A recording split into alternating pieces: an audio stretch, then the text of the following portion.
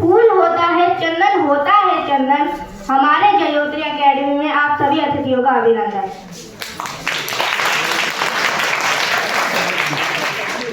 सुप्रभात आदरणीय अध्यक्ष जी, प्रबंधक जी, अतिथिगण और मेरे सभी अध्यापकगण और प्रिय भाइयों बहनों।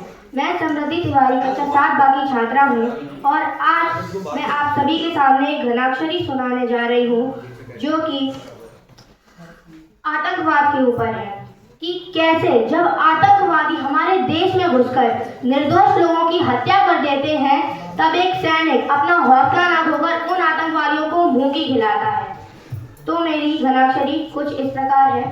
सीमा पार से जो घुसपैठियों के दल चले आ रहे थे झाड़ी झाड़ी में दुबक के, कि एक क्षण में ही दावनाल से दिखाई पड़ी, संत हो रही थी चीख सुबक सुबक के, और गरज तरज एक पैरी कह रहा था नीचे, कि गरज तरज एक पैरी कह रहा था नीचे, छूने नहीं देंगे कश्मीर को सबक ले, छूने नहीं देंगे कश्मीर को सबक ले। लोचन ललाट लाल खोल के खड़ा था द्वार, भारत की लाज राखी भारतीय युवक ने, भारत की लाज राखी भारतीय युवक ने। अब इसी कविता के साथ आगे बढ़ते हैं और ये जो कविता है वो स्वरचित है। इसमें मैंने ये दर्शाने की कोशिश की है कि हिंदू मुस्लिम सिख ईसाई चारों धर्म भाई भाई। जैसे कि आपने देखा होगा भी पहलगाम हमले में आतंकवादी निर्दोष लोगों की हत्या कर देते हैं और सारा इल्जाम धर्म पे डाल देते हैं, लेकिन धर्म मायने नहीं रखता, मायने रखती है इंसान की सोच।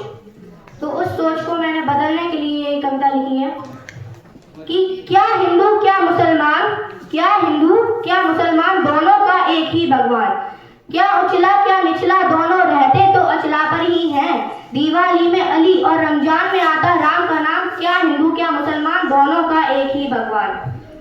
लेकिन अगर फिर भी जो आतंकवाद को पालने वाले देश हैं, जो आतंकवाद को बढ़ावा देते हैं, वो नहीं माने तो उनके लिए मैंने एक और कविता लिखी है। जैसे कि अब हम तुमको मुंबई वाला होटल ताज नहीं दोहराने देंगे, अब हम तुमको मुंबई वाला होटल ताज नहीं दोहराने देंगे, कोई भी नापाक इरादा अंजाम नहीं पहुंचाने देंगे, ऐसा सबक सिखाएंगे रातों की नींद उड़ा देंगे, कि ऐसा सबक सिखाएंगे रातों की नींद उड़ा देंगे। अरे गलत इरादे लेकर भारत की सरहद तक तो पहुंचो तुम, गलत इरादे लेकर भारत की सरहद तक तो पहुंचो तुम, भारत माँ की सौगंध तुम्हारी ईंट से ईंट बजा देंगे, भारत माँ की सौगंध